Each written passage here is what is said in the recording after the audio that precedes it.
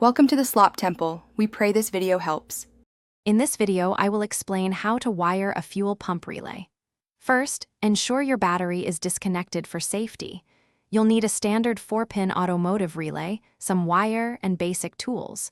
Understanding the relay's terminals is crucial, 2 for the coil and 2 for the switch. We'll connect these to power your fuel pump efficiently and safely. Now, let's connect the main power and ground. Terminal 30 on your relay needs a direct, fused 12-volt power source from your battery. Use a 15-amp fuse for protection. Then, connect terminal 85 to a good chassis ground. This completes the relay's control circuit ground, allowing it to activate properly when triggered. Next, we'll wire the trigger and the fuel pump itself.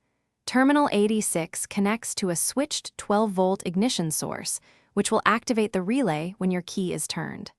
Finally, connect terminal 87 to the positive wire of your fuel pump. The fuel pump's negative wire should be grounded to the chassis. Double-check all your connections for security. With all connections made, it's time for testing. Reconnect your vehicle's battery.